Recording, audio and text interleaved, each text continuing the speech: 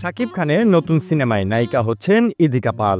ঢালিউডের জনপ্রিয় অভিনেত্রী ইদিকা পাল নতুন সিনেমার নাম লেখাচ্ছেন। ঢালিউডে তার জনপ্রিয়তার কারণে তাকে বলা হয় বাংলার ত্রাস। তিলু ধারাবাহিক শেষে হওয়ার পর ছোট পর্দায় দেখা না গেলেও ইদিকা একের পর এক বড় পর্দায় সিনেমায় অভিনয় করে চলছেন। জানা গেছে তিনি পরিচালক কৌশিক গঙ্গোপাধ্যায়ের নতুন সিনেমায় নায়িকা হওয়ার সম্ভাবনা রয়েছে, যদিও এখন পর্যন্ত বিষয়টি প্রাথমিক পর্যায়ে আছে এবং চূড়ান্ত হয়নি। কৌশিক বর্তমানে ধূমকেতু প্রচারে ব্যস্ত এবং অর্ধাঙ্গিনী 2 এর শুটিংও শেষ করেছেন। একই সঙ্গে ইদিকাও আগামী 1 মাসের শিডিউল পূর্ণ। ইদিকার পরবর্তী মুক্তিপ্রাপ্ত সিনেমা হল বহুরূপ, যেখানে তিনি সোহমের সঙ্গে জুটি বেঁধেছেন। সিনেমাটি আগামী 29 আগস্ট মুক্তি পাচ্ছে।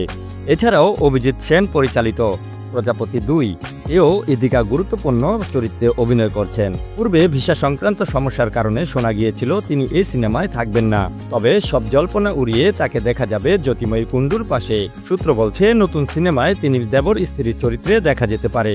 তবে কৌশিক গঙ্গোপাধ্যায়ের সঙ্গে সিনেমা সংক্রান্ত কোনো মন্তব্য এখনো পাওয়া যায়নি। নতুন খবরের জন্য ভক্ত অনুরাগীরা মুখিয়ে আছে।